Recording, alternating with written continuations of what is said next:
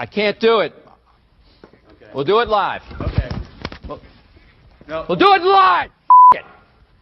Do it live. I'll write it and we'll do it live. Thing sucks.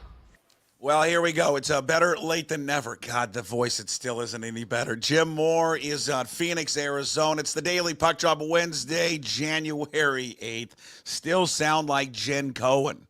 Grubby, I'm sorry I lost your job.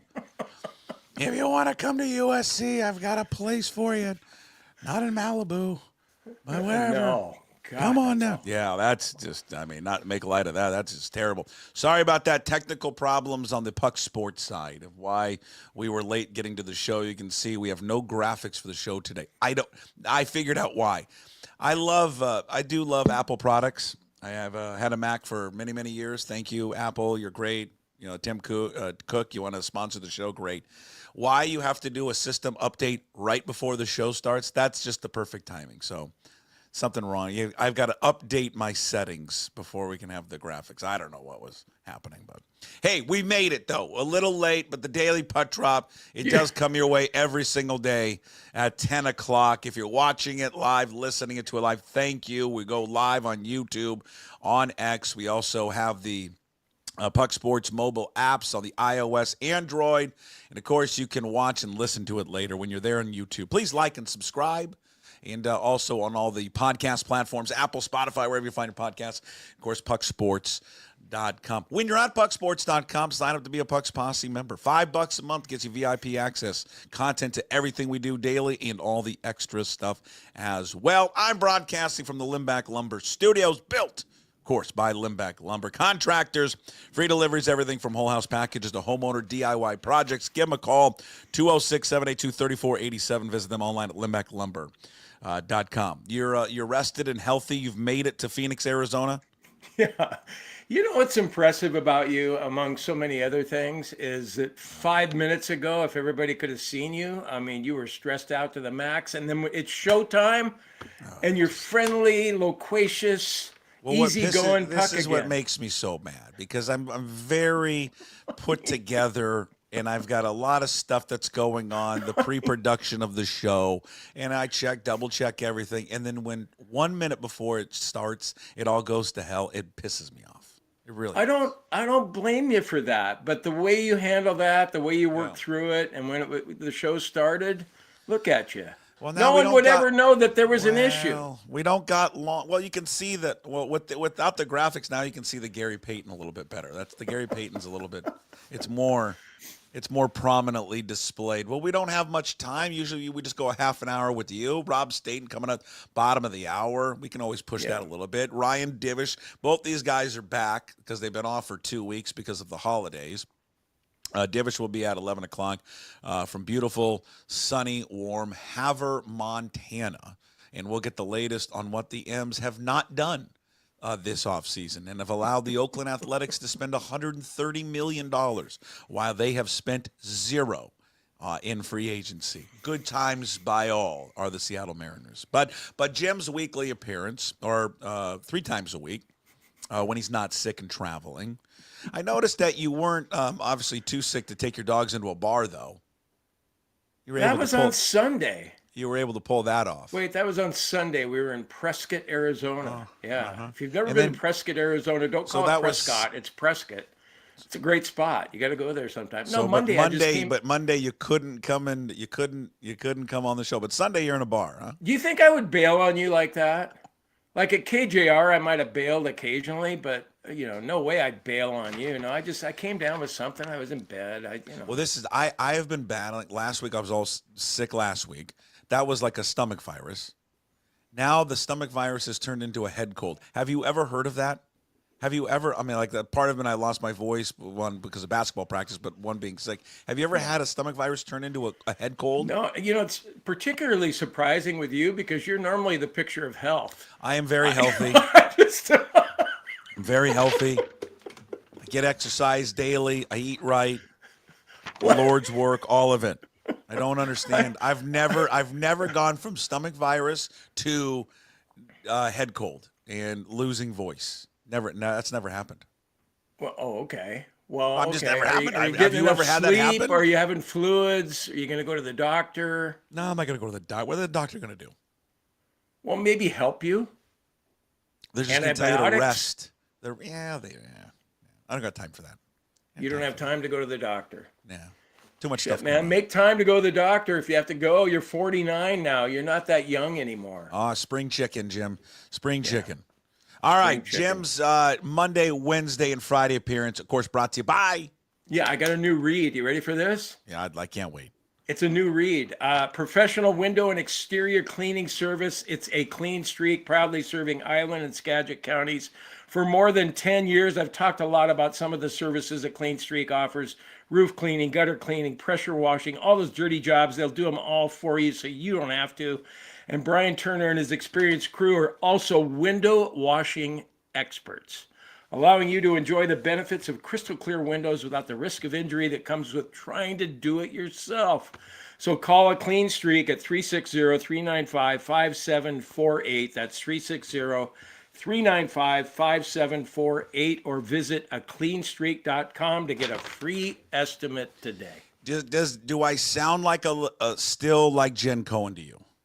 Is there a little Jen Cohen No, in there? I saw that you had that on your promo. You were kind of billing it as, the Jen Cohen show of record. But no, you need to get a little gravelier, More. gruffer. Yeah. It's pretty gravelly. I miss that. I miss you doing impersonations of her more than herself. Did you hear the beginning? Herself. Yeah, hers. Did you hear the beginning of the show yesterday? Yeah, I think I did, because I listened to Canzano's interview and Danny Kelly. Well, the very beginning of it was I just come on, hey, well, man. It was awful. It was awful. It's so bad. No, but Jen would have been at a lower register, though. It would have been, yeah. Well, maybe Jen can get Grubby back, all right? I mean, if we had the rundown, hold on, if the rundown was right here, you would see it. We'd have Chip Kelly, your reaction to Ryan Grubb, the Mike Macdonald press conference, and, of course, as I mentioned before, Rob Staton, SeahawksDraftBlog.com coming up bottom of the hour, and then Ryan Divish coming up at 11 o'clock. All right. And then, TGL. We got to get to the TGL because both of you and I were watching that last night. For those who don't know, and there's probably one person that knows what we're talking about, Tiger Woods has introduced a new indoor golf league that started last night. So we both sat down and watched I loved it and you didn't. I didn't say I didn't love it. Well, you didn't. No. I didn't. Hold on. I didn't love it. That doesn't mean I didn't like it. I thought it was fun. Okay. I mean, yeah, they can No work one some cares things out about there. that right now. We'll get that in a second. No one's going to care about that right now. Because I'm telling you, there's one person that cares about our thoughts on the TGL last night, because I guarantee no one in our audience actually watched the damn thing, except for us. I won $5 on it. I had the right team. I watched it. Oh, good. Yeah, that's right. Well, you can you can gamble on anything, of course, because I think part of it's brought to you by FanDuel. All right, what did you make of Grubby on his way out? You weren't here on Monday when the Grubby news came down. God, I don't even know what the hell to say, because whatever you say, somebody will say, well, how can you say that? How can you say it was a bad move? And then if you say it was a good move, it's like, God, what are you saying? It's a good move. I'm on the side of thinking it was a bad move. Okay. And yet at the same time, I'm going to give Mike Macdonald the benefit of the doubt. So I guess I'm riding on the fence with it. And I say that just because he's a first-year coach. If he feels like it wasn't working out, boy, that guy, though, if you screw up or not doing the job that he's expecting you to do, he's going to get somebody to replace you. We saw that with the linebackers during the midseason. And we saw that with the returners when they started fumbling the ball away. He got rid of those guys right away. So maybe this will be something, Puck, down the road that we look back and go, God, what a brilliant move by Mike Macdonald to get rid of Ryan Grubb. Or maybe we'll look back and go, oh, Jesus, Grubb was just one of many OCs that came through here. They got another guy. I mean, I see that Shoddy's on the list of candidates. Oh, I saw. At least that's what Condota had. Let's bring him back. Hey, Condota, if you're watching or listening, there's not a chance in fucking hell that Brian Schottenheimer is coming back. I think that You told me not to swear, and why did you just say? You could have just said did. there's not a chance in hell. Why'd you have to say fucking hell? That's right. I'm sorry. Okay, I'll put $1 in the kitty jar. You're right. I wasn't supposed to swear. All right. The Condota, I think, was doing that to troll people. There's no way that Bob Condota thinks Brian Schottenheimer is an actual candidate for the job. I think he's trolling people. What? Why would Condota do that? Because he's just having fun. He's a well-respected journalist. He's not going to just do it for clickbait. I think he is. I think for that, he's doing it for clickbait. But doesn't Shoddy fit what Macdonald wants, And that's what Pete wanted with Shoddy too, was this tough, rugged, physical running game. If they bring him back, I quit. I quit. I quit. You will not. Yes, I will. I'll quit watching. I'm not gonna really. I'll bet you 100 you don't quit. I'll bet you 150 I do. What? Sports talk show guys always make claims like that. I know. I'll quit if so-and-so does I'll this. tattoo a Schottenheimer face on my ass. No way. Not a chance. Are you kidding me, So Brian what, you wouldn't be happy with Shoddy coming back? No. Shoddy too? Come on. He was, no. What, was he terrible too? Is every offensive coordinator terrible? Are there any good ones? I got one for you. The guy in Kansas City's really good. The guy in Buffalo's good. I got a better one for you. Who's that? Oh, I got to pull up the video. I had it ready. You don't even know his name? I had it ready before the show started. You ready for it? Yeah. Oh, Chip's really happy to be in a situation where he doesn't have to recruit. He can just game plan on the back of a napkin. I messaged with him when he left UCLA, and I said, you get to go be happy and call plays again. And he's like, he alluded to the fact that I had left the newspaper, and he goes, you get it. Like, you get like the having the autonomy and doing what you love to do is important. So I think Chip's going to sit tight there. Give me Chip Kelly. Okay. Give me the fighting Chipster. Come on. Well, he sure looked good against Oregon, didn't he? Give me the fighting Chipster. You can't say no to that. Who's going to say no to this guy? Look at him. Look how beautiful he is. Look at this guy. I mean, come on. Give me Chip Kelly. That's pretty cool, though, leaving a job as a head coach to be an offensive coordinator. I mean, and that Chip Kelly is happy as can be that he did that. Well, and okay, now let me be just in all seriousness, why Chip Kelly at least makes sense to at least put on these potential candidates. It makes more sense than Brian Schottenheimer, I'll tell you that. Why he makes sense. Leave Condota alone. No, Condota doesn't even believe Schottenheimer's an actual candidate. Yes, he does. He wouldn't have put that. I see you ripping Mike Kafka like you know shit about Mike Kafka. Well, I do know shit about what Mike do you Kafka. know? Oh, I don't know, Jim. Here's his offenses the last 3 years. Let me start in 2022, where he was 16th in scoring, 18th in total yards, 26th in passing. They were the fourth best rushing team. The next year, he followed that up with 30th in scoring, 29th in total yards, 31st in passing, 16th in rushing. This past year, he was the offensive coordinator. I know he was stripped of his play calling duties. 31st in scoring, 30th in total yards, 28th in passing, 23rd in rushing. What in the hell has Mike bleeping Kafka done in the NFL to where he's all of a sudden a hot name? What? He's done nothing. Has Daniel Jones done anything in the league? No. They got rid of him. Their offenses have been terrible for 3 years, but yet I wake up every morning, and I see Mike. I mean, I'm back on Condota's coaching. Listen, again, Condota, I love you to death. Mike Kafka, one of the top candidates. No, yes, you don't. I do. You prove it over and over again that you don't really love him at all. I love Condota. No, Mike you don't. Kafka. I do. Yeah, Mike Kafka. Why would Mike Kafka be on anyone's short list to not only be an offensive coordinator, to be a head coach? Do you know he's interviewing for 2 jobs to be a head coach? Can you the Bears imagine? and Saints tomorrow. Hey, fan base, who do we hire? Oh, Mike Kafka. Well, let's do a deep dive into Mike Kafka's offenses at the Giants. Oh, they're terrible. Yeah, come on. Mike Kafka. You know why Mike Kafka's a hot name? Because Patrick Mahomes years ago came out and said, I really like him. That's why he's a hot name. Don't you think there's more to Mike Kafka than meets the eye, though? Why don't you take a deeper dive and do some research? What? Okay, tell me. You do it. No, I'm not going to do it. Yeah. What? Okay. I'm sure there's, we can come up with all these excuses in the world why Mike Kafka didn't work with the New York Giants. But the bottom line is the offense that he was the coordinator for 3 years is terrible. Why would that elevate him to be some hot name? I'm genuinely asking for people out I there. know. I don't Why? understand. I don't understand any of it. I don't understand why Ryan Grubb was fired. And there are people out there. There's one guy on Twitter just giving me all kinds of shit about, being a know-nothing. And I'm like going, hey, man, I already know that. I know I don't know the intricacies of being an offensive coordinator. Why do you think he should not have been fired? Because, I mean, here's the thing. I agree Well, with it's just all the simple shit that everybody's writing about, the offensive line issues. I mean, how can you operate a good offense with the issues the Seahawks had on the offensive line? I don't know. They had the center that retired mid-season, and they didn't. I mean, he was half of the player that he used to be because he probably came back from injury too soon. They had issues at right guard. They finally brought in, a sixth-round rookie to play that position. And then they had 4 different right tackles. And the left side of the line isn't that great either. Tomlinson and Cross is okay, but he's not great.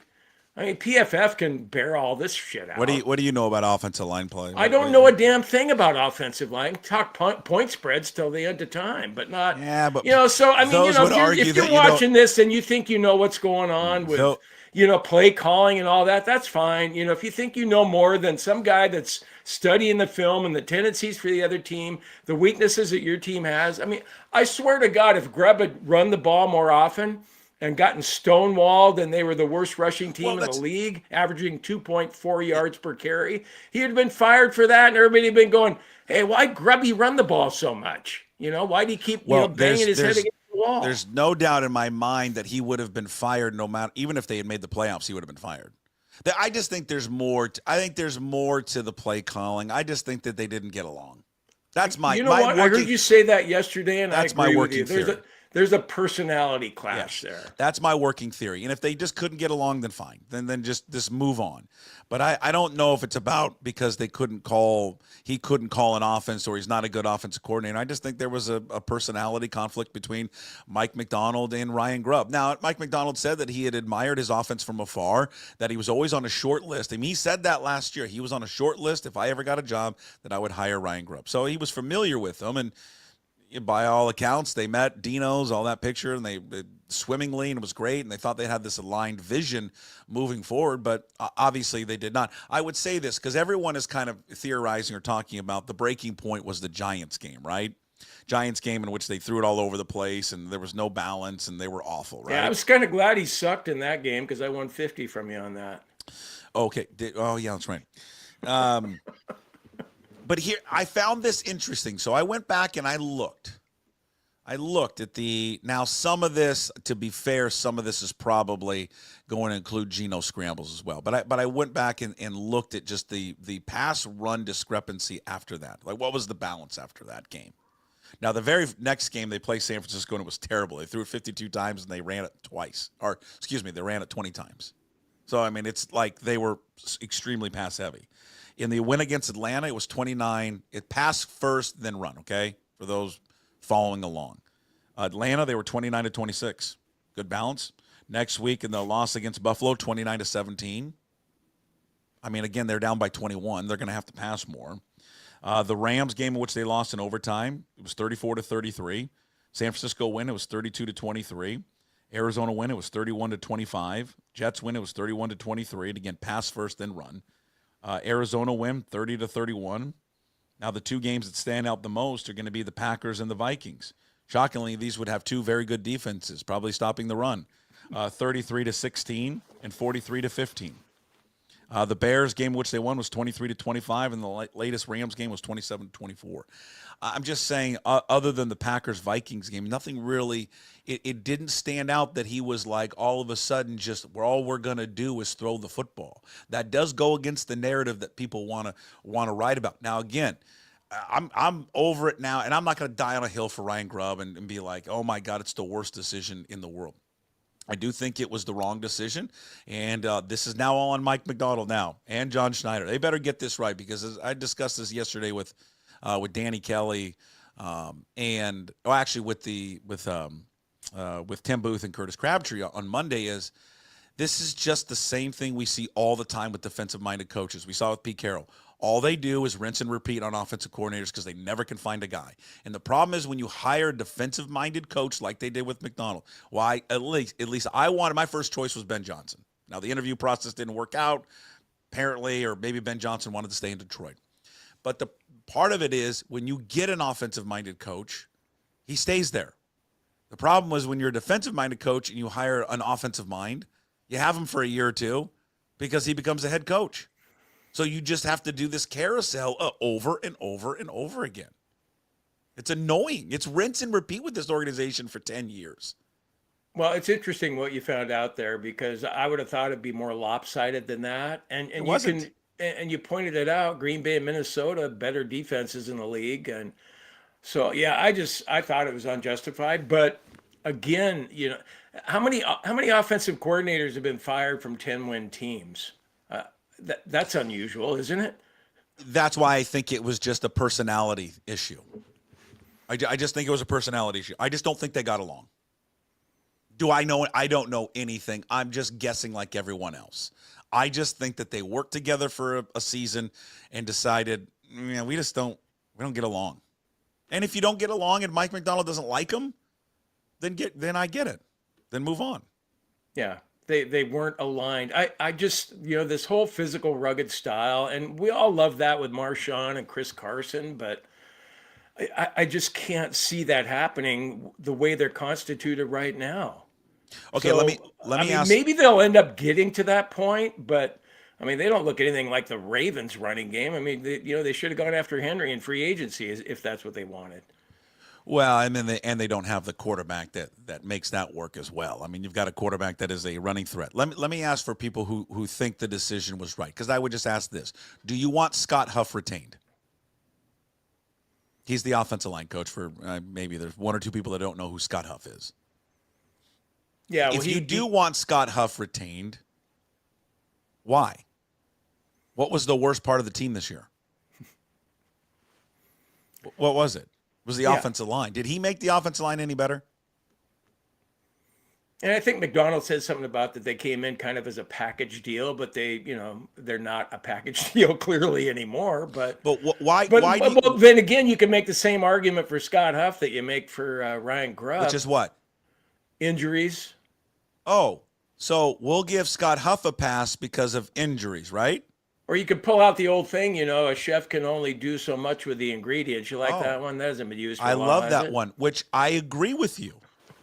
And I agree with those who would say Scott Huff just didn't have healthy enough players. Look at it. Didn't have a healthy Abe Lucas all year long, a disaster at right guard, a center that quit halfway through the season, average to below average left guard, right?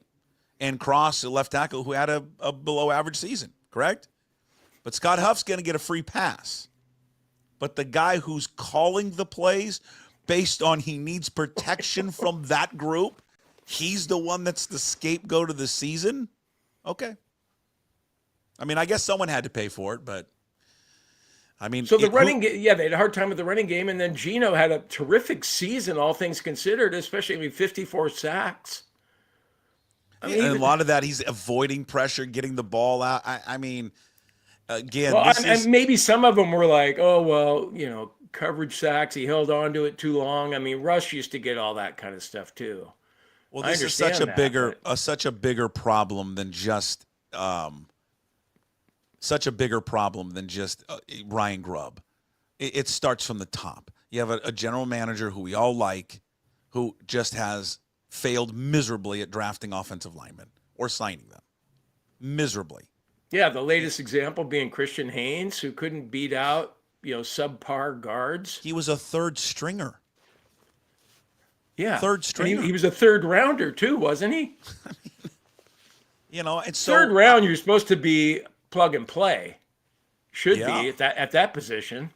Again, if they're going to make a change, obviously they're making a change, and God bless. Listen, I think Chip Kelly should be high on that list. I would call him up after the net, when they're done, or call him now and see if he's interested in it. But whoever they bring in, they are going to face the same challenges, and that challenge being that offensive line's a problem, like a big problem. I don't know what you do if your offensive line's not good. I don't know what. Yeah, who can you count on next year? Cross. Well, I think Cross and Lucas, at least Lucas said he's going to the offseason feeling healthy, healthiest he's ever been. I think Oluwatimi looked okay at times. Yeah. But, I mean, you have a problem at your two guards again. Yeah, so you're right. I mean, whoever comes in here, he's going to want to, okay, I got to run the ball more. The last guy got fired. Well, I just think it's interesting as hell what you brought up about the pass versus run after the Giants game. I mean, that totally blows the whole narrative out of the water, like you're talking about. Well, but again, I'm gonna preface that by saying I just went to the team stats and looked at it. Doesn't account for Geno scramble. So I mean, to have a better feel for it, but I'm just saying, to be fair, to have a better feel for it, I needed to break it down of taking Geno scrambles out of there. But I'm just saying, so the more accurate way to look at it would be the actual carries to the running backs based on the pass. Not, you know what I mean? Because you can drop back and then he scrambles and runs. But whatever. I mean, it just, I don't think, I just want to say this. We can move on because I want to hear your thoughts on the TGL. I don't think Grubb was perfect. I don't think he was perfect at all. I think he had, he struggled at times. But hey, he's a first-year guy, too, making the transition from college. That's what I was going to – yeah, exactly. And I don't think Mike Macdonald was perfect. I mean, Mike Macdonald's defenses got obliterated by good offenses. They did. I mean, those playoff teams – because I looked at this the other day, and I took the Broncos game out. Because I looked at the playoff teams, just because they played the Broncos week 1 with a rookie quarterback. So I took it out, because that would be a very different game now if they played them. Okay? And I looked at the other playoff teams they faced. His defense gave up 30 points a game and all 380 yards. That would be 31st and 30th in the league. So for all this praise for Mike Macdonald, when he needed his defense to be elite, it was not. And again, I think they made huge strides. And I think the future is bright for this defense. But I don't think his defense gets this pass like everyone wants to give him. And nor do I think he gets a pass. And nor should John Schneider, and I said this on Monday, gets a pass. What Mike Macdonald needs to learn, you're the head bleeping coach. If you don't like what's going on, go in there and tell your assistant coach to do it differently. You don't get to sit back, well, I just want to give that person autonomy. No, that's not why you're the head coach. It's not. You're the head coach to make head coaching decisions. It's the same thing that I think baffled a lot of us with Pete Carroll. Drove me nuts with Pete Carroll. Well, we need to run the ball more. Oh, we need to run the ball more. You're the head coach. That's why we pay you $10 million. Well, we don't pay you. They do. Go tell him to run the ball more. And if he didn't run the ball more, then just demote him. So I don't think Macdonald gets so a free funny pass. to me. I mean, you can't win. I bet you Grubb thought, God, I can't win with this guy, because if I ran the ball more, and if gain of 1, gain of 2, loss of 1, loss of 2, then everybody and their brother would have been bitching about why we running it so much. I don't know. I go back to Holmgren. I loved Holmgren that one season when he just said, "Screw it, we're not going to try and run anymore." I do like. I want to bring this up. The quote yesterday from Mike Macdonald's press conference when someone asked him, "Would you like Geno to be back?" And he said, "I mean, you want to." This was a very interesting quote and line by Mike Macdonald, because he is picking sides right now. He's ultimately, it's not my decision. It's a Seahawks decision. I feel like Geno's the best for the team right now. He's saying. Team right now. He's saying, what he is saying without saying it is, hey, Geno, I wanted you back. They didn't want you back. John Schneider didn't want you back. Jody with her whip didn't want you back. Well, maybe Jody did. Maybe Jody wanted to get in the hot tub, but I don't know. And then that's the other thing, Puck. How often do you see a starting quarterback completely endorse the offensive coordinator after the last game of the season, and then that guy gets fired the next day? Unbelievable. Usually when it's a starting quarterback and he's aligned with the OC, you're going, okay, well, that's good to hear that. Yeah. I mean, Geno talked about the system could be better, but he thinks it's going to be great for the longest period of time. He went on and on praising Grubb. Yeah. And then the next day he liked him. Sure, he liked him. Hey, before we talk to Rob Staton, give me your thoughts on the Tiger Woods Indoor Golf League. We've been going 30 minutes now almost, and everyone has been waiting for us to break down the TGL last night. Well, for anyone who doesn't know what the hell we're talking about and might have a smidgen of care about it, it's I just thought it was cool because it combined golf and most of us have gone to a driving range or something, an indoor, and then hit into a screen, and that's basically what these PGA players were doing. And then once they got up around the green, then they were actually going out to this green where did they change the undulation and stuff on different holes? That green moved. So you could actually see these guys chip toward the hole and everything. I just thought it was kind of video game combining golf and maybe bringing a younger crowd into the sport of golf that wouldn't have otherwise been interested in it. It was a stadium-like seating arrangement around the play, and I just thought it was fun. I did. And I think it can be more fun in the future. They're going to have it every single week through, the middle of March? Yeah. I think the championship is like the second week of March. I mean, I didn't love it, nor did I hate it. I was like, It was like, it was something that was on. Nothing else was on, and I watched it. And I wanted to watch it. And I would say this, that, I mean, I made a point to get home to sit there and watch it start at 6 o'clock. I don't know how many more times I will get back to my house to watch it. I mean, probably when I think Tiger and Rory are next week.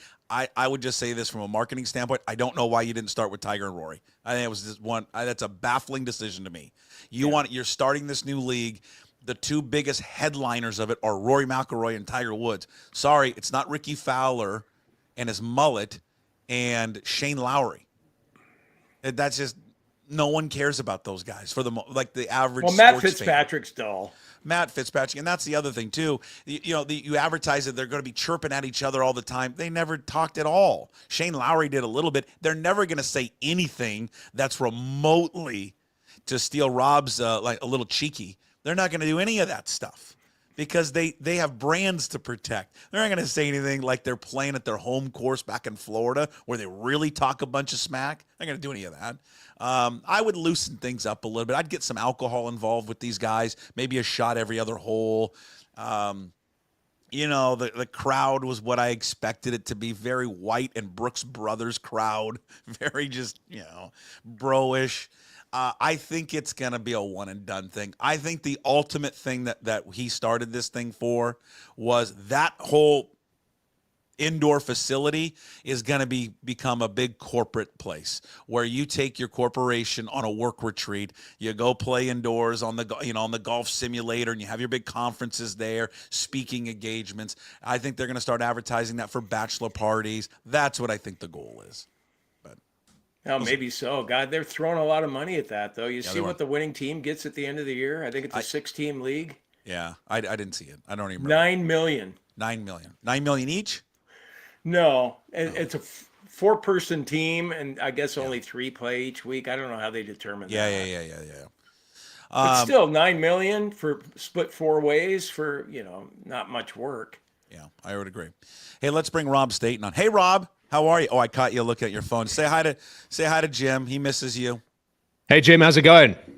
It's going well, Rob. I'm interested to hear your take on Ryan Grubb. You maybe have already given it, but he wanted Grubb fired after the preseason. Oh yeah. Well, explain why you didn't like him, Rob, please. You know what? It wasn't anything about disliking him. It was, and we talked about this, Puck. I actually went back and watched the show last night. When you text me and said that I was a Grubb hater. And I want to remind myself of what I said about Ryan Grubb. And it just felt, even then, this is week 13, as if there was a disconnect between the head coach and Ryan Grubb. The way that they both spoke at press conferences seemed to contradict. The messaging was off. I just think this was inevitable for many, many weeks. And not because of Ryan Grubb being a bad coach, not because it wasn't anything to do with, we don't want to give him another chance. I just don't think he and Mike Macdonald connected, meshed, share philosophies. And if that's the case, you've got to move on. You can't persevere with somebody. If you can't work together, you've got to part. And I think in Mike Macdonald's mind, they couldn't work together. Yeah, I just keep coming back to that. We talked about that earlier, whether it was, it was a philosophical thing. I just think it was a personality thing. I just don't think they liked each other. And I think ultimately that's, they had no history together. There's no friendship together. There's no cross-pollination with assistant coaches. I just think it was they didn't care for each other and they decided to move on. Hey, by the way, I was rooting for the Cougs in that bowl game, Jim. Well, Thanks, I Rob. was rooting too. hard. I stayed up extra late to watch that on a stream that I managed to find somewhere on the internet. So I was rooting hard for the Cougs, and it was a shame that they couldn't put. At one point, I thought you were going to do it, so I was starting to believe. Yeah, God, they were competitive though, weren't they? yeah. It was a really full of pride, and I really hope this new coach can get things going. He did a good job. I watched the quarterback who's just gone to Iowa. I watched quite a lot of Gronowski, who was there, and he did a really good job. So I've seen a fair bit of South Dakota State. So I think got a good hire. So can't wait to see what he does there. All right. Yeah. All right, Jim, we'll talk to you again on Friday. Sounds good, Puck. All right, buddy. There he is. Take Jim, care, Rob. See you, Jim. Go Cougs. Oh, you know what? I took him out right when you said go Cougs, so he could get a go Cougs. Rob Staton with us.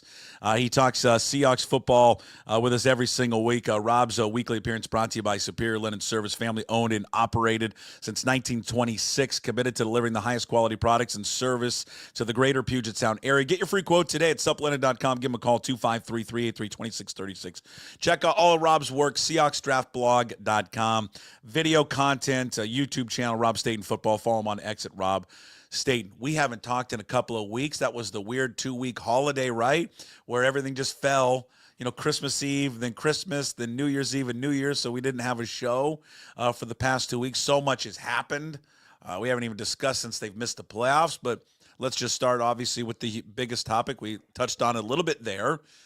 Just expand more on your thoughts on the Ryan Grubb firing. Well, I think the other thing about it being a philosophical difference is there were just so many moments in games, in big games as well, that you could point to and go, I just don't think Mike Macdonald's going to like that. Because all what he says in the week about committing to the run and wanting to be a run-first team and the identity of the team, and then you get to a game day. I mean, the most egregious example was the Green Bay game when Geno Smith got injured and Sam Howell comes in, and it was still a 10-point game, I think, at the time when Howell came in, and they proceeded to throw the ball. I think it was 12 consecutive times as soon as Howell comes into the game. There was no, let's just take a bit of the pressure off Sam Howell here or come up with a plan that will enable us to move the ball. And then they did score a rushing touchdown, got themselves back in the game through Zach Charbonnet. They come straight back out, and it was throwing again.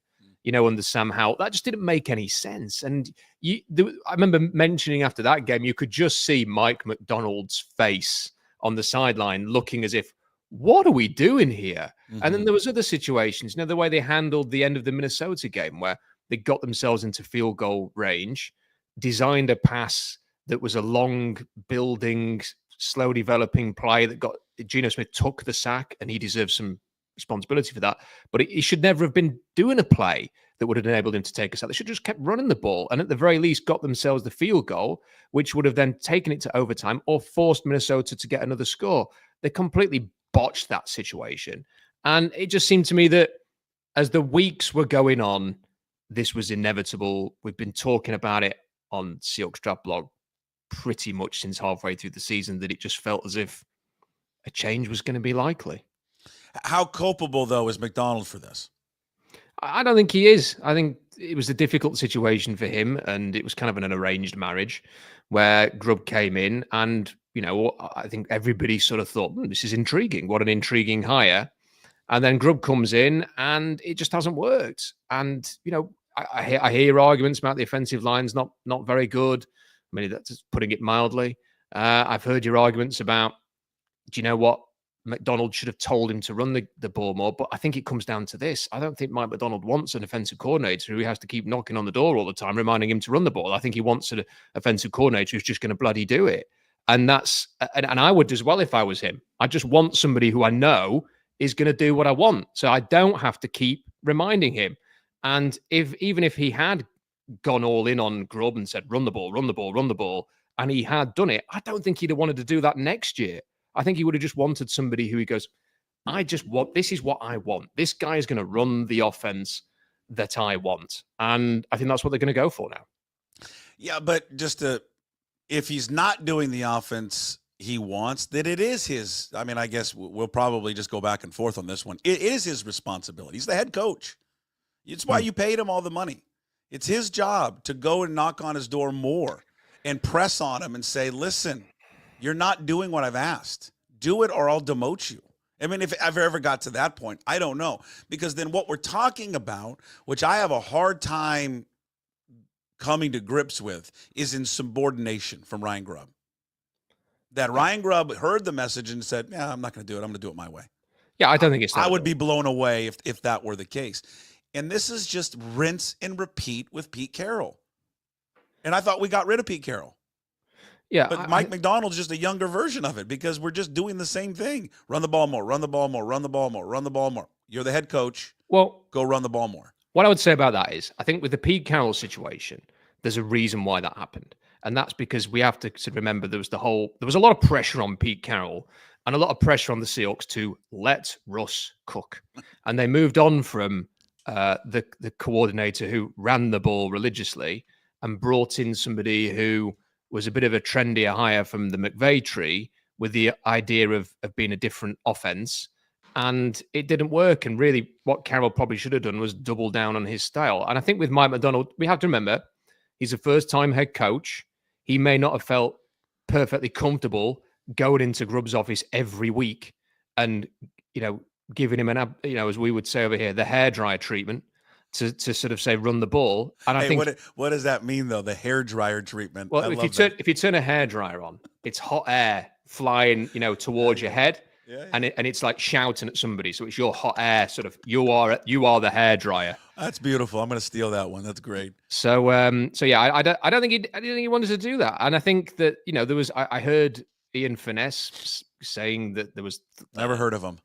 He was saying there was a thought that they might fire him in the bye. Somebody had texted him while he was on the radio saying they might have fired. They were close to firing him during the bye week. So I think it just didn't work. And I think Macdonald is now going to hire somebody, and Schneider, who will run the offense that he wants. And I hope they get it right, Puck, because they have to. This is how defensive head coaches fail. They constantly run through offensive. And we've talked about that a lot. I mean, I think we were both in line on Ben Johnson. I can't remember months and months and months ago, but part of it was because of this. This is the very instance that we're talking about, that when you get an offensive-minded coach. Now, maybe Ben Johnson didn't interview well. I don't know. I know that's been some thought, and I know Garofalo and I have talked about that. So I don't know.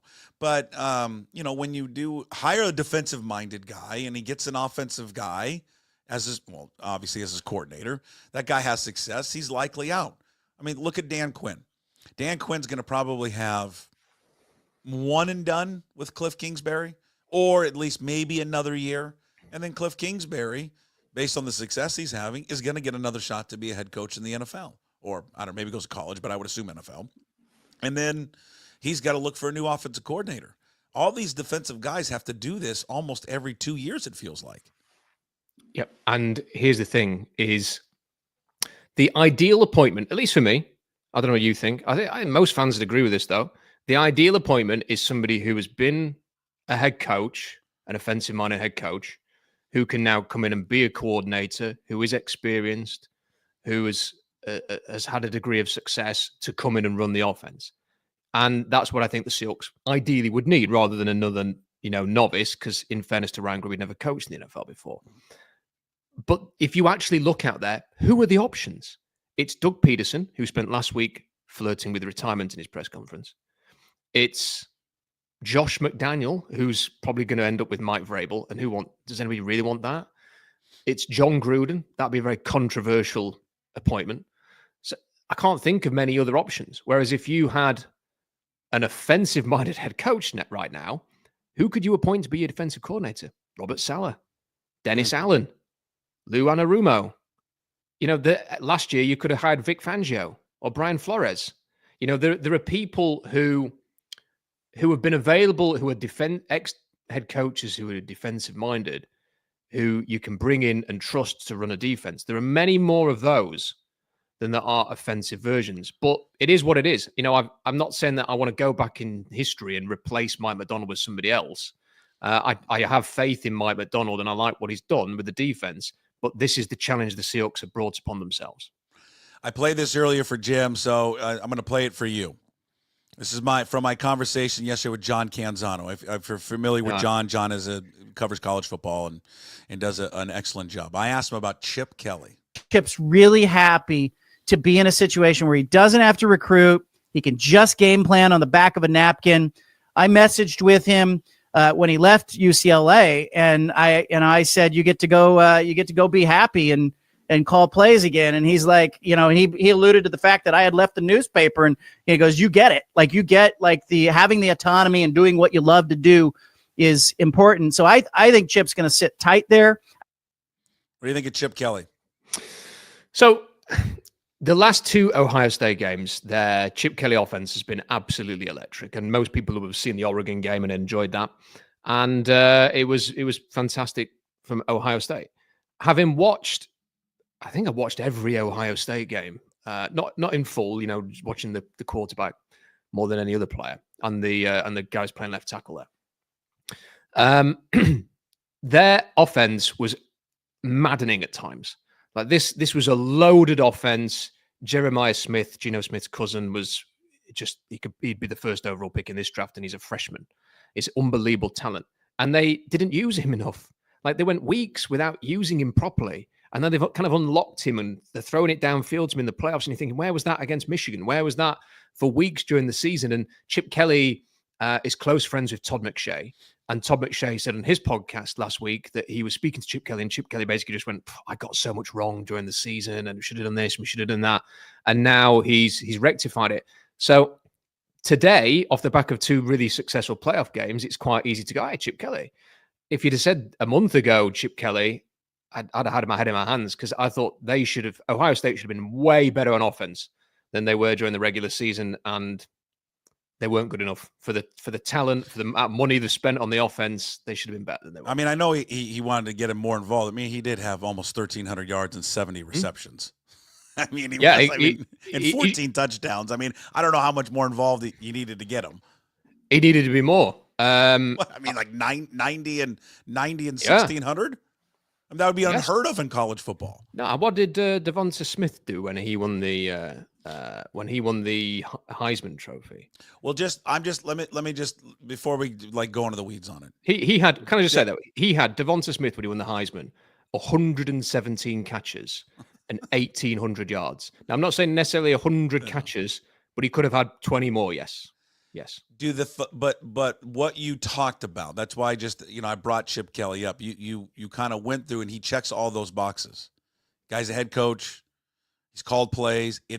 Talking to John Canzano, I don't think he wants to be a head coach again. He just wants to call plays.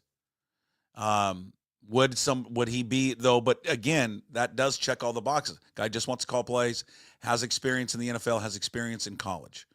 Because I do believe, I know that what Mike Macdonald said yesterday in his press conference, hey, calling plays is not a prerequisite in the NFL. I would disagree with that. I think it is. I think you got to find someone that's had an experience in calling some plays. That's a very, because you just went through that with this guy, with Grubb, and it didn't work out. Yeah, I mean, I've got a point on that old. Hopefully, we can return to in a second. I think on Chip Kelly, I don't know. There was a season at UCLA where, funnily enough, they had Zach Charbonnet and Jake Bobo and DTR, and it was really good. And it was an offense that was exciting. UCLA were really fun to watch, and then those guys went to the NFL, and then they were awful. And then watching Ohio State this year, like I say, I thought Will Howard was going to be, wow, look, Will Howard's got now, the quarterback. He's going to play with Kansas. He had Kansas State's offense. Now he gets this. Wow, this is going to be amazing. And it was, for a number of games, you just thought, I was expecting a lot more than this. And I think that stuck with me more than anything. If they hire Chip Kelly, I think the arguments you've made, the experience and stuff like that, it would make a degree of success. Just purely as a Seahawks fan right now, he would not be at the top of my list. Okay. You have people that are at the top of your list? Well, the point that I wanted to make about... you want to go back to about play calling and experience and stuff like that is 5 years ago, no one had ever heard of Ben Johnson. And I think part of the problem is when you go through these coordinator searches, people do two things. They do what we're doing now. It's like, let's go and get the retread candidate. Or, hey, this guy works for Andy Reid. Or this guy was Sean McVay's quarterback coach. And they get jobs because their boss is great. or they get jobs because they get to work with Patrick Mahomes. You mean Mike Kafka? So this is why Mike Kafka's name keeps getting thrown out there. It's funny. I have got a point on Mike Kafka as well, Puck. I was listening to what you said about it. I've got a point on that as well. But the point is that Ben Johnson, nobody knew who he was. His job before going to the Detroit Lions was working for Adam Gase. Let's hire him. His final year with Gase in Miami, the Dolphins had the 31st ranked offense. Okay. Nobody would have looked at that Dolphins offense and thought, that's Ben Johnson there. He's going to be the best, most dynamic offensive coordinator in the NFL by 2024. And yet here he is. So sometimes the best candidate is not the person who has done this before or has worked on an amazing staff or has had amazing production. It is the person who, for me, can sit in a room and go, here's my vision. Here's what I'm going to do. This is what I'm going to do with the players you've got. Here's how I'm going to put it together and can build a convincing argument as to and make their case for why they should run the Seahawks offense. And the problem for us in the media and for fans is that we'll never know who those people are because we don't get to interview them. The Seahawks have got to go and find somebody who might not necessarily be obviously great, but they've got to go and find someone who can be great. They've got to go and try and find the next Ben Johnson, not the next Shane Waldron. I would just have Macdonald, and I think I said this yesterday on Monday, just look in the mirror and just ask and just have him self-interview himself. What's the offense that gives me the most problems when I'm devising a game plan? And then just go find that from that tree. Whatever he thinks that is. Yeah, I think that's a good point. It's just so, like, for me, that would be Detroit because they just every single week, they come up with something different. They're in the red zone. I mean, this is the thing. I think Macdonald is, I think he's big on the red zone. And when you watch the Lions, they don't just have they're so creative in the red zone. They'll come up with plays that they've worked on for a specific game in that week. They come up with scenarios to keep you off guard on fourth down. They have fake punts. They have everything that they come up with. They're so creative. And that is the thing that keeps you on your toes and you don't know what they're going to do next is the thing that really intrigues me. It's just really hard. Tanner Engström, they interviewed him a year ago. Would they circle back there? There's a lot of talk that Ben Johnson might not even want to be a head coach, that he might just be quite happy to just be the Detroit Lions offensive coordinator and have a lot of success there. That might bring Engström back into it. If not, I don't think there's anybody that obvious on the Detroit Lions staff that you could go and get. But then maybe you've got to go to, maybe it is, this isn't like Kafka's, I was thinking, is as you were talking about him is, like, the 2 points I'd make is, I don't actually feel like I know anything about him. And he might be somebody who kind of sits there and goes, this is what I'm going to do. And you think, oh my word, this is exactly what we're looking for. And he could end up, when you go, he was never obvious, but he could do it. And the other thing is that, we have sort of analyzed a little bit, all of us, all Seahawks fans and media, whether Ryan Grubb got a fair crack of the whip. Well, when you look at Mike Kafka, he's had for the last 2 years an offensive line that's as bad as Seattle's. He's had Tommy DeVito starting games, Daniel Jones and Drew Lock, and he's had to deal with the most toxic of situations, according to media in New York as of 12 months ago, with the way that Brian Daboll runs his organization. So I actually think it's probably quite difficult to judge him on what he did there. And maybe someone like that actually is the guy you've got to go for. Maybe it is somebody who isn't obvious, who can be the next star coordinator. Yeah, I don't know. I just don't get it. He's been the coordinator for 3 years, and his offenses, whether he's calling plays or not, have been terrible. But didn't you say? I don't understand. I just don't understand the hype around this guy. I don't get it. But you said that Grubb, in fairness, bad O-line. Yeah. Giants have had a bad O-line. They've had Tommy DeVito at QB. Yeah, but that was this year. Issues. I mean, last year too. He played a whole bunch of games last year. I mean, but the one thing is Daniel Jones never got better, and he was in charge of making Daniel Jones better. He never got better. I mean, maybe and you make him better. Maybe he's just really bad. he could be really bad. What do you think they do then with Scott Huff then? Because my point with this would be if and again. I think Macdonald and Grubb just did not get along. And I think I've said that over and over again. And I think that's just ultimately what led to this. I mean, there's some schematic things that we've talked about, but I think ultimately, it was a personality thing. They just didn't see eye to eye. with Huff, I mean, are they going to give Huff a pass because the offensive line was banged up and bad? Because if they do that, then I would just be like, I'd shake my head a little bit and go, why does he get a pass? Shouldn't the coordinator then get a pass? I mean, the offensive line was terrible this year, and he's in charge of the offensive line. And whoever they bring as a coordinator, I would assume they would have their own offensive line coach guy in mind, but I don't know. It'll be curious to see what they do with Huff. I think you said it, though. I don't think it's about giving people a pass. I just don't think Mike Macdonald and Ryan Grubb was going to work. Just didn't like each other. Whether it was that or whether it's just a philosophical thing. Like it was not going to work. They've moved on. Mike Macdonald gave Scott Huff a game ball a few weeks ago. So I think that's probably got a different relationship there. Will he stay? I think it depends on who the next defensive coordinator is. Like I ran through a piece on Seahawks Draft Blog, running through candidates. You've got somebody like Dave Ragone, who's very highly rated with the Rams, is their quarterback coach. He was Arthur Smith's offensive coordinator in Atlanta.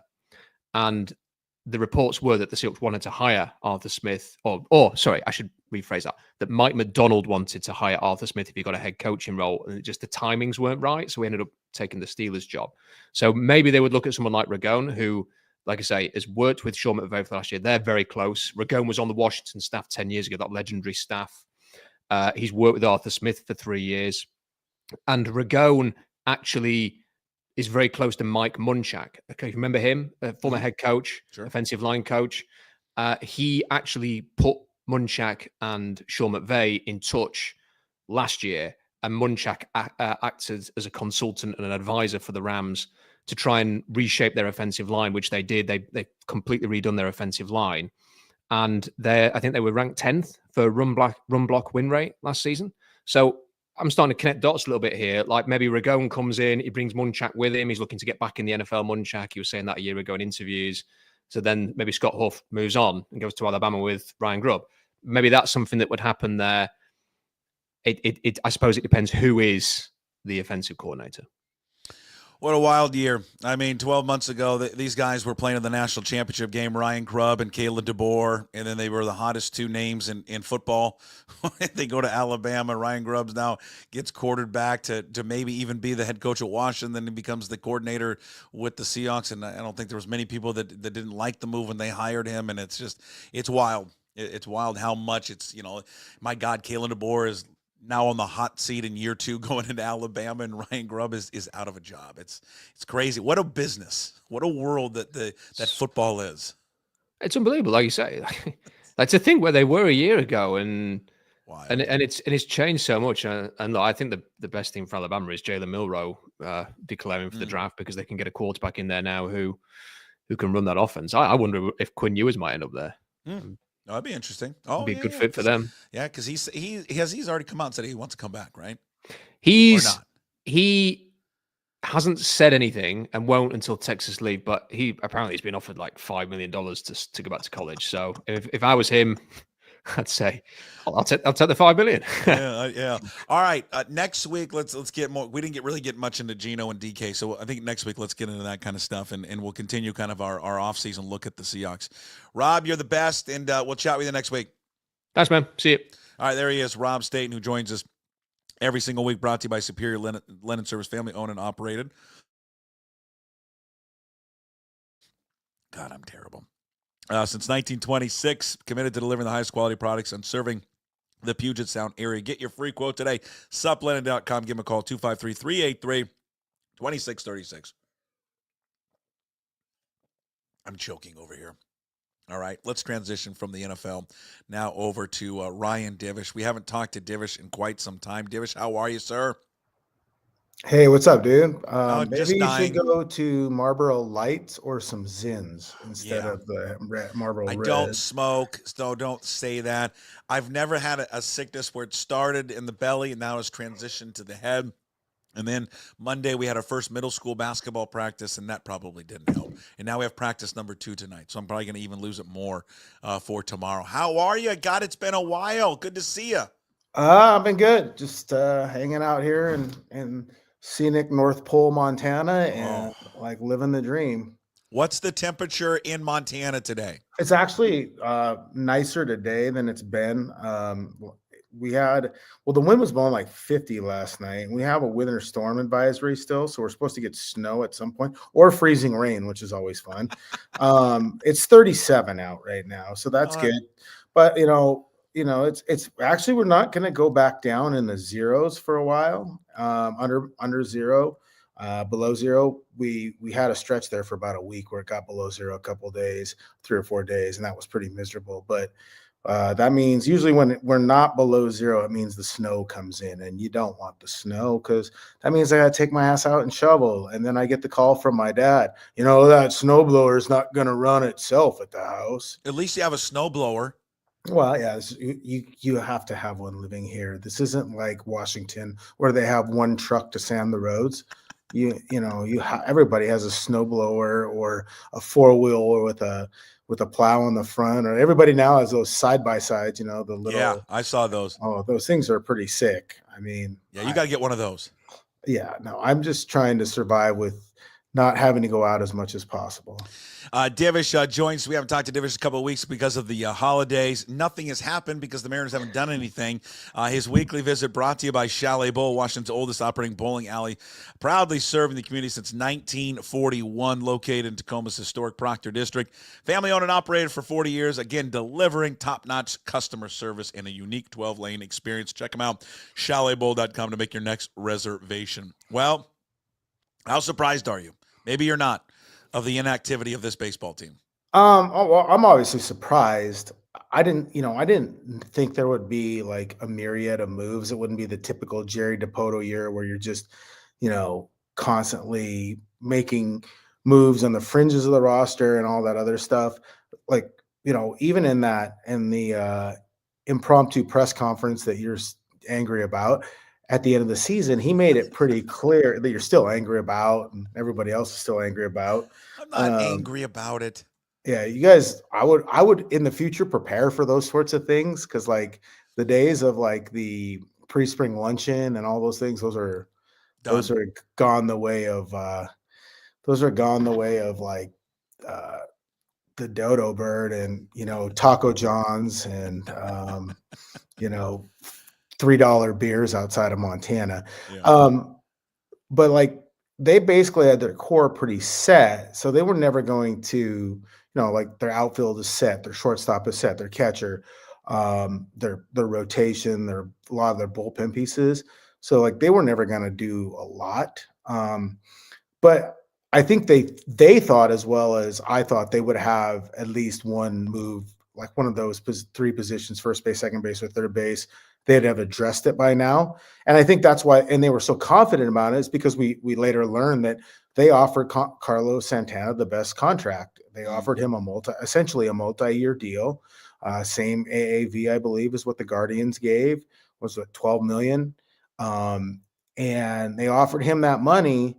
And at the last minute, Cleveland traded away Josh Naylor and went back to Santana. And the pull of going to the team that he kind of came up with and where he had lived at for a long time, where his family had lived for a long time, and closer to where his family is currently living at now, which is Kansas City, that was the draw. And he decided to go there. And I think it was crushing for the Mariners. I talked to some people within the Mariners, and like leading up to, like, they really thought they were going to sign him, even after, like, when the Guardians traded Josh Naylor, that's when the Mariners like, oh wait, this could go badly for us because they're going to go after Santana. And even when the Guardians did, the Mariners kind of thought that like the pull of Julio Rodriguez and being a leader and being on that team plus multiple years might outweigh what the Guardians were offering. And it didn't. And that left them, I think pretty, I wouldn't say scrambling, but they had to change some thinking, because that was kind of one move they really felt was important. They were bringing in a leader, a guy that would help with Julio on a day-to-day basis, and a strong Latin presence, to go with Cal Raleigh, who's kind of the overall leader, and JP Crawford. I mean, like, and they knew and trusted Santana and how he reacted, and he fit in all the things that they want to do. So now they had to kind of reset. And I think that's been the issue. I think they honestly thought they were going to have Santana signed before the winter meetings, because I think they knew they were willing to kind of offer more a longer commitment than most people would to a guy they think is 39. But how can that be? Just listening to you talk, how can that be your one big move? Well, because they only have $15 million. That's just, I can't, when you're talking, I can't wrap my head around that a 39-year-old was their one big move.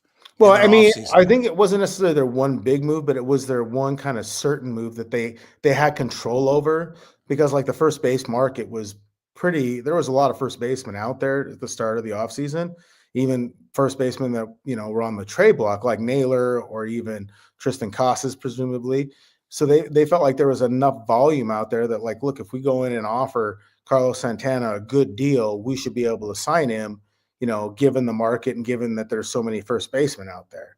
And it didn't happen. I don't know that it's their one big move. I don't think they had a big move in them because, like, it's $15 million. What are you going to do? The only way they could have had a big move is if they traded Luis Castillo early enough so they could sign Christian Walker or sign some free agent, bat or whatever, use that money to supplement along with the $15 million you had. Like you say, you trade Castillo, I think it makes 22.75 a year. Like you trade Castillo plus that $15 million, maybe you lose 8 or 9 for the player you're bringing back. Like that gives you, 20-some million that you can play with to sign a big name guy. But otherwise, if they didn't make any moves, if they didn't trade Castillo, they weren't going to be able to afford any of the main free agents. And that's the bigger issue to me. And I've said this before, like you're a team that has missed the postseason the last 2 seasons by essentially 1.5 games. And you're sitting here now and you have to fill 3 spots. Your first baseman, your second baseman, your third baseman, first and third, premium power, like production positions. And you're having to do that in a year where you're supposed to be more complete than you really are. And let's not kid ourselves. Like they just happened upon Victor Robles. And we don't know if Victor Robles is that good, but like they took a flyer on him last year. They weren't predicting that he was going to be part of this. So it's like that if they didn't have Robles, then they'd be trying to fill 4 spots, not 3. And that's just too much.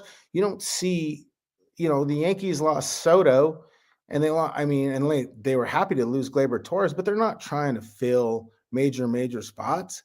The Dodgers, they're just supplementing. They're going out and re-adding pieces. Like the Mariners are in a position where they shouldn't have to fill this much, because if they had done the due diligence in the previous years, they would have positions locked up, and they didn't do it because they didn't have any money to do it, or they wouldn't spend the money to do it. Where do they turn their attention now? I mean, now it feels like they've put in all their eggs into the Roki Sasaki basket. When he decides he doesn't want to play there, then what do? See, here's my biggest fear. My biggest fear is that they are going to panic.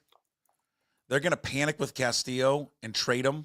And it's very much back. It's just not going to be a good return. Well, that's the thing too. Like, so and that's what, and you saw what Ken Rosenthal wrote, that teams are concerned that he's starting to work down.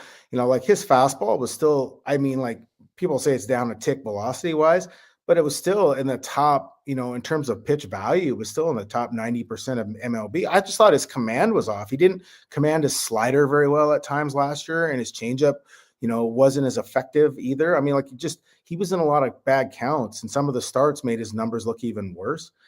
I think he's still a pretty good pitcher, and I think the Mariners would be perfectly happy just keeping him if they could do other things. But he's a 3-WAR player. Are they getting a 3-WAR hitter back in a trade? That's what you have to ask. I mean, Tristan Casas, is he a 3-WAR player? I mean, I don't know that they'll ever get value with what he. I don't know what they'll ever get the commensurate major league value in a trade for Luis Castillo, unless somebody gets real desperate. What happened there? We haven't talked since then. I mean, what happened with the whole Red Sox and Mariners deal?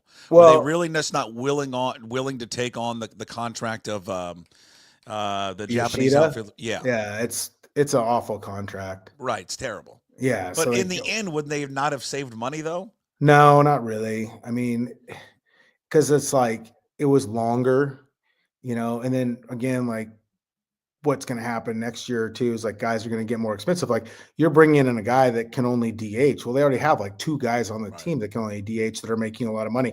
That's the thing. Yoshida, if they would have somehow brought Yoshida in, their highest paid players other than Julio would have been Yoshida, Garver, and Haniger, 3 DHs essentially. So like, yeah, it didn't make any sense. Like, they're like, and that's the thing. And Adam and I just recorded a podcast. This will come out before ours because I'm lazy. But like, making a move just for the sake of making a move to appease an angry fan base is stupid. I agree. You got to do, DePoto talked about making baseball moves this year. Last year, the first few moves they had to make were all about their financial moves. They're financially motivated. These are baseball motivated moves. So, look, let's be real honest here. The fan base is going to be pissed off regardless, and they're going to be pissed off at Jerry regardless, going to be pissed off at ownership regardless. So if they're always going to be pissed at you anyways, you better do what you think is best to at least win to maybe get some of the people back. So what are the options out there? What have you heard about Castillo being moved to acquire who? There's nothing on the free agent market. Yeah, and I don't think that they're not going to do anything. So like, I think right now the market stalled a bit because, at least in the infield market, because Alonso and Bregman are still out there, and Arenado still is looking to be traded, and Arenado wants to go to the Red Sox. Well, then the Red Sox, if they trade for Arenado, then they have that same issue they had if they would have signed Bregman. Like, what do you do with Devers, who makes $300 million? Do you move him to first? How do you make all this work? And so that's out there. Whatever happens with Alonso, if he goes back to the Mets could have, an excess of infielders if Alonso resigns with the Mets. You leave Vientos at third, Brett Beatty might be available. That's the thing, even the same with Sasaki. Whoever signs Sasaki, maybe, if you don't get Sasaki, then the teams that don't get him get a little bit more desperate and say, okay, now let's revisit Luis Castillo. And I don't expect the Mariners to get Sasaki. I never expected him to get Sasaki. It'd be like saying that, you're going to leave your wife for a supermodel. Just not going to happen. It could happen. I know Megan Fox is now single. I just don't see it happening. Not my type. Not my type. Sydney Sweeney. Well, we would have the Spokane connection. She's an Eastern Washington gal. Yeah. She gets it. God's country. She understands. Yeah, well, you're going for that kind of. I could tell you that Jenna Jameson went to Great Falls High School in Montana. Did she really? Yeah. God, she was a great actress. Yeah, but like ahead of her time. So this is like they're gonna have to wait a little bit and see what the market plays. From everything I've heard about Sasaki, at least from the reporting I've seen, only 6 teams got meetings so far. And they did not get a meeting, right? They did not so far. They have not. Maybe they get one. Maybe they get but like, if you're not in the first round, and I'm sure that the Padres and Dodgers are willing, and the Cubs are willing to, try and put up a pretty good offer. And was it the Yankees, Rangers? Man, what if he goes to the Rangers? But like, yeah, so they're not, so like, this is where they're at. So they're going to have to wait a little bit. Could they, like, I was just looking, and when Adam and I were talking, if they wanted to have some sort of platoon at second base, but they wanted an older guy that's a little more viable, Adam Frazier's out there. He puts the bat on the ball. Remember, they're looking for people that put the bat on the ball. They want contact. He's out there. At least you know what you're getting with Adam Frazier. Pretty good dude, not great defensively, but, Jose, I see somebody linked him to Jose Iglesias, who's 35. Like, the free agents that are available, they're getting a little haggard. They're in their upper 30s or mid to upper 30s. I know Yohan Moncada's name has been a bounce back candidate. He was once a really high rated prospect. He's had injury issues, but it's the attitude and whether he plays hard or cares. No thanks. No. And that's the thing is, could you imagine that guy with Cal Raleigh? How that would go over? Like, he dogs it on something? Yeah, so Moncada, no. They're not a chance on Alonso. They can't afford him. No. So, like, no. Bregman's a no. So, like, here's the top. It's funny. Jurickson Profar he had one of the highest rated WARs of any player from last year that's still available. Jurickson Profar, he wants to go back to San Diego. They can't afford him. He's a really up and down player, and he really only plays left field. Bregman, no. Santander, no. Ha-Sung Kim has been mentioned, but he wants real money, and he's not even available for like the first couple months of the season because of shoulder surgery. Then you're getting into Jose Iglesias, who's 35. Pete Alonso, no. Paul DeYoung, Randall Grichuk, Yasmani, then Harrison Bader. Jesse Winker was one of the few remaining free agents that put up a positive WAR last year. Turner, Mark Canna. I mean, it's not ideal, but there are pieces out there, and on some level, what even Brendan Rodgers of the Rockies, maybe that's a better play than some combination of Leo Rivas and Ryan Bliss at second base. But the big thing is, and this is where it comes back to the reputation of T-Mobile Park, do these players that maybe have to sign a 1-year deal on a prove it or a pillow contract, do they want to go to Seattle to do that? What Seattle has is they have opportunity. They have 500 plate appearances for somebody if they want to sign a 1-year deal. And then really that's what the Mariners probably should be looking at. It's a 1-year deal for somebody like Fraze or Rogers or Donovan Solano or something like that. 1-year deal. We're not going to pay you a ton, incentive laden. And if it doesn't work, or if they want to make a deal at the midseason to add somebody, like if the Rays finally decide they're going to move from Brendan Lau or whatever, then you're not committed yearly to whatever people, you don't have multiple year commitment. So it makes it more difficult to move them. Did you mention Turner yet? What's the status with Justin Turner? So how about a reunion with Ty France? Yeah. So Turner is like, by all indications from what I've heard, he's just going to wait and see what the best fit is for him. And I'm sure like he's seeing all the movement and manipulation with the Dodgers roster right now. Lux is gone. Miguel Rojas will likely be gone. Like, look, maybe they do something now where he gets some at-bats as the first baseman DH. Freddie needs days off, whatever like that. He can go back there, or even the Angels maybe, where he can go stay in Southern California. I think ideally he'd prefer to stay in Southern California. And I'm sure Turner looks at it this way. Say he signs with the Angels or a lesser team. He's looking at, well, if I play well and they're out of it, then I'll get traded to a contender and then I'll be fine. But he's going to weigh his options first so he gets the best possible fit. And I think he would prefer to stay on the West Coast, though he told me once he had never signed with the Giants, the whole Dodgers-Giants thing. But, yeah, I mean, he's out there, that's an option. But, and the trade thing could still change by, like I said, once the Sasaki deal comes down, or once some of these other players get signed, maybe that changes a little bit, because you either have too many infielders, or you decide you're going to do something, even something like the Twins possibly being sold. Maybe they want to readjust to cut down the overall payroll for a team that's going to buy them a little bit moving forward. And then you do it that way. You take advantage of that. Do you expect something to happen before? I mean, we see trades when spring training starts, but we expect something to happen before that. I mean, we're about 5-6 weeks away? Yeah. January 8th. When are they going to report? Do we know that? A date? February 12th, I think, is February 12th. So we're almost we're 5 weeks. Yeah. 5 weeks away from them reporting. Don't stop saying it, please. Okay. Well, wait a minute. First of all, you got to leave the tundra and get to some sun. Oh, I mean, I like that part, but it's like you got to, I got to be nice to people on a daily basis. Well, it's good for you to be nice. It you know what? You're a nice person, and it's a side of you that you don't let your audience see. And I think you need to start letting your audience see how you treat your de facto kids and your de facto wife. It's about time the people get to see that. Okay.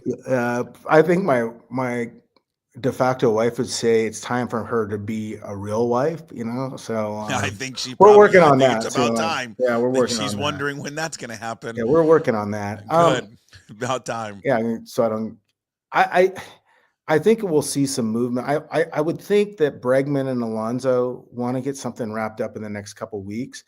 I don't, because Sasaki doesn't cost a lot of money, I don't think that he's holding up the hitters market. The potential pitching market, and there's a whole bunch of relievers out there and stuff like that. And if they haven't spent money, if they have money and they haven't been able to spend it, they should definitely look at adding some relievers to their bullpen, because they were just going to try and piece it together and do their typical pick up guys off waiver claims and stuff and try and make them turn them into something, which is they've been good at it. They have been very good. I don't know if they'll lock Santos in a bubble for most of the season or spring training so he can be healthy. But yeah, I think we'll see some movement here in the next few weeks. I did joke though that, and Adam and I were talking about this, the next roster move will be a waiver claim of some sort, whether it's a reliever or maybe it's the catcher that the Dodgers just DFA'd. It was once their top prospect, something like that. That is another move that is viable in a sense.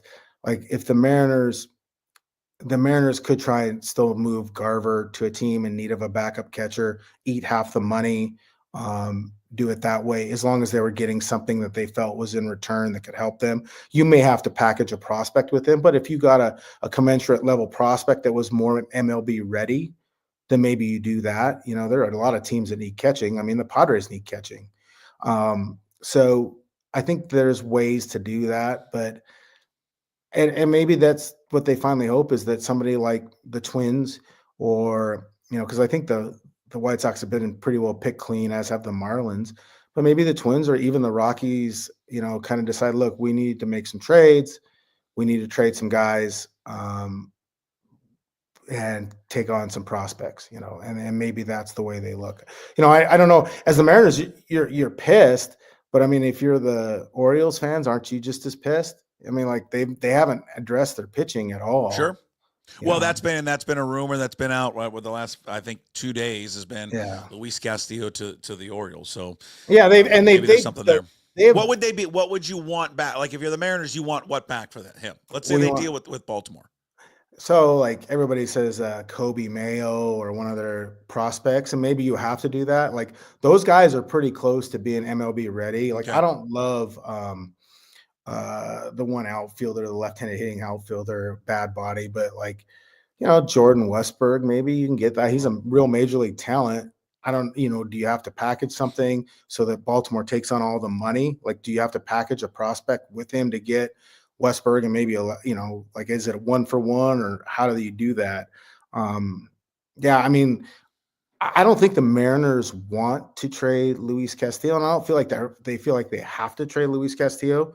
But if they see an opportunity where they can get more than higher value in position player versus what he would bring to the pitching staff, then I think they'll do it, and that's, and it does free up some salary so that they could do something more with one of the remaining free agents. When does the podcast with you, the Extra Innings podcast that you and Jude do, when does that come out? Well, probably later today. I got to give blood and do a couple other things, so probably a little later today. I mean, we'll be looking forward to it, and all the fabulous podcast platforms are out there. 2 of the very best, Divish and Jude, Extra Innings podcast. Find it everywhere you get your podcast. Seattle Times, seattletimes.com. Why can't WSU just hire Brent Vegan away from Montana State? Why? Can you not help me out? We'll see. I mean, Jimmy Rogers, though, he seems like a good guy, good coach. Yeah, there's so many players from South Dakota State transferring there. They're going to start serving lutefisk and left set at the games. It's the worst thing about college football, because it's, a coach leaves and then your players get raided, and then what do? You could just go do the same thing. You just go raid a lesser team at a smaller division. They've got like 15 guys now. It's Now that you're coaching, stupid. Now that you're coaching junior high basketball, I need you to go Mick Cronin on them. Oh, I will. Did you see that today? I heard about. I didn't see the game, but I saw. I watched the game and I knew it was coming because they were soft and they were getting beat. Like all this stuff. Because that's what made his teams good when he got, at Cincinnati, and when he got to UCLA, like they were more physical than everybody else. He doesn't fit at UCLA. That's why he needs to go to a Midwest team. Yeah, he needs to get out of Los Angeles. Go coach a Midwest team with Midwest type players. Then he'll get back to like having guys that are tough. You can't be tough in powder blue. It's too hard. It's so funny though. The soft, it's like, that's like the worst thing you can be called in any sport is soft. He does it every year. So he just got it out a little bit earlier. Yeah. Every year it's the same rant. All right, well, look forward to the Extra Innings podcast with you and Adam Jude coming out later today on all the podcast platforms. Ryan Divish back with us. All right, stay warm, and we'll talk to you next week as we continue to dive in on the Mariners' cold stove. Thank you, Divish. Yep. See ya. There he is, Ryan Divish, brought to you by our good friends at Chalet Bowl, Washington's oldest operating bowling alley, proudly serving the community since 1941, located in Tacoma's historic Proctor District. Family owned and operated for 40 years. Top-notch customer service, unique 12-lane experience. Check out chaletbowl.com to book your next reservation. Experience the best in local fun. All right, as we wrap the show up with Hey, What the Puck every single day. Here on the Daily Puck Drop, we do Hey, What the Puck. And it's brought to you by Restoration One of North Seattle, which is your restoration company that lets you avoid the stress of water, fire, mold damage with their property. Restoration services, locally owned and operated. Make them your first call when those damages affect your residential or commercial property. 206-817-8917. Visit them online at restoration1.com, the North Seattle franchise. I don't know how many people have been following this story. We don't have an NBA team. So many of you have checked out on the NBA. And I know right when I play this, in the comments, you're going to be, this is why I don't like the NBA. I get it. But it's a bigger topic because this can be a topic in all sports and really just all society. So one of the biggest things that's going on in the NBA right now is Jimmy Butler. Jimmy Butler's refused to play for Miami. He's been suspended. He wants out of Miami. Says he's lost his love for the game. Last night, which again is the best studio show in the history of studio shows, NBA, the TNT show. They got into it last night, Barkley and Shaq and Kenny and Ernie, just about the whole situation with Jimmy Butler. And I just thought that Barkley and Kenny Smith nailed it last night with their thoughts on Jimmy Butler. Play hard. He not play hard. He just say he doesn't have joy in it. Oh, no, first of all, that's total bullshit. But joy makes you play hard. Stop it, man. This is not the podcast. I'm sorry. I apologize. I don't want to hear all that stuff. This is all about money. Of course it is. So don't tell me he lost no joy, all this. He wants a long-term contract. And the guy said don't no, give so me his that. joy is gone. Yeah, he can He's say good that. enough to say, Yeah, I deserve a long-term Pat contract. said no. Okay, but listen, so Pat Riley said no. His joy is gone. You're right. So you're right. It is about money. He's going to make $55 million next year. So what?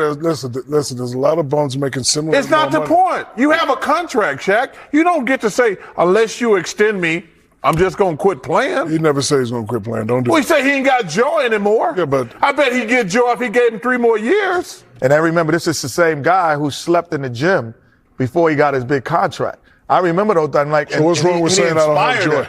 Because he don't have joy. He just wants money. Just say you want an extension. If that's the truth. See, and you know what bothers me about this? I don't understand why we as players, we've all been fairly compensated in our career. All of us. The notion that once you're past your prime, they got to keep paying you top dollar, I don't think that's right.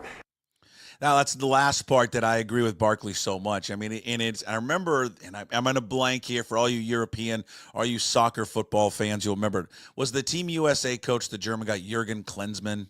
Was that right? He said something years and years ago when he was the coach of the U.S. team, and they were talking. I think you're talking about Kobe Bryant. Remember, Kobe at the end of his career got that massive deal at the end, like a $75-80 million deal. Kobe clearly was on the downside of his career, but they gave him a parachute contract. And Jurgen Klinsmann's point was that just doesn't happen anywhere else. We don't do that over in European football. Maybe they do, but I'm just saying that's what he said at the time. And Barkley's right. I mean, Jimmy Butler's going to be 36 years of age coming up. He has made over $150 million in the last 3 years. He's going to make $50 million this year. He can make $55 million next season. Jimmy Butler, he's great. He's a great basketball player and has been for 13 years in the NBA. But he's on the downside of his career. Why would any organization go and pay him some max deal? Why would you do that? But the bottom line is, and just this is not just an NBA thing. This is a society thing. This is an all sports thing. Money just ruins people. And the bottom line is he's talked about how the joy of the sport, he's out, I got no more joy in the NBA. And like Barkley's right, it's BS. There's no joy. He just wants a new contract. That's it. That's all he wants. He just wants a new contract. He wants more money. More money. So he just sat out and he quit on his basketball team. And he quit. And this is the problem with how much money people make nowadays. whether it's sports or non-sports. It just allows you to sit there and be like, nah, I'm done. I don't need to do anything anymore. And you're paid handsomely. And Barkley's right. These guys have been so compensated over the years for what they get to do. And to sit there and scoff at, like, when, I get there in a different tax code, but to sit there and scoff at, I've made over $150 million in the last 3 years, and I'm going to take home $50 million this year, and to just tap out on your team. It's weird. That's a big change for Jimmy Butler. He's always been kind of a team first, all everything guy, as Kenny Smith kind of touched on there. But it's just another sign of just just selfish, greedy, not just athletes, just individuals, where it's just all it is money. That's all it comes down to. But again, I thought those guys nailed it last night. It's why it's the best show on TV. Whether you're an NBA fan or not, they are just solid every single night, every time that they are on. It's great. When that show is gone, it's going to be sorely missed. All right. That's Hey What the Puck, brought to you by Restoration One in North Seattle. Again, your restoration company lets you avoid the stress of water, fire, and mold damage with their property restoration services. Locally owned and operated. Make them your first call when damages affect your property. 206-817-8917. Visit them online at restoration1.com. North Seattle franchise. All right. Full show will be coming up a little bit later. We'll get it up as soon as possible if you just came into it late. Big thanks to Jim Moore was on the show earlier today, as he always is, Monday, Wednesdays, and Fridays. Ryan Divish and Rob Staton back. Go check out, if you missed it, our Rob Staton conversation talking about Ryan Grubb firing. It was a difference of opinion, Rob and I, but civil, like everything should be. And then the Divish episode, if you just caught it late, just talking about the inactivity of your Seattle Mariners. Full show will be up on YouTube later. Please, when you go there, like and subscribe there. And, of course, full show up later on all your favorite podcast platforms, whatever it is. And, of course, everything up at pucksports.com. When you're up at pucksports.com as well, click on the link above the page. It will take you right there to sign up to be a Pucks Posse member, just $5 a month to get full VIP content for everything that we do here at Puck Sports. We'll talk to you tomorrow, Thursday edition. Mike Garafolo and Michael Sean Dugar with the very latest on what the Seahawks will do next. We'll talk to you tomorrow. As always, promise to be better. No shoes, no dice. Would anybody like to smoke some pot? Yeah. I was born to love you. I was born to lick your face. I was born to rub you. But you were born to rub me first. What do you need my address for? We'd like to send out a mailer. Mother of mercy, I don't speak Japanese!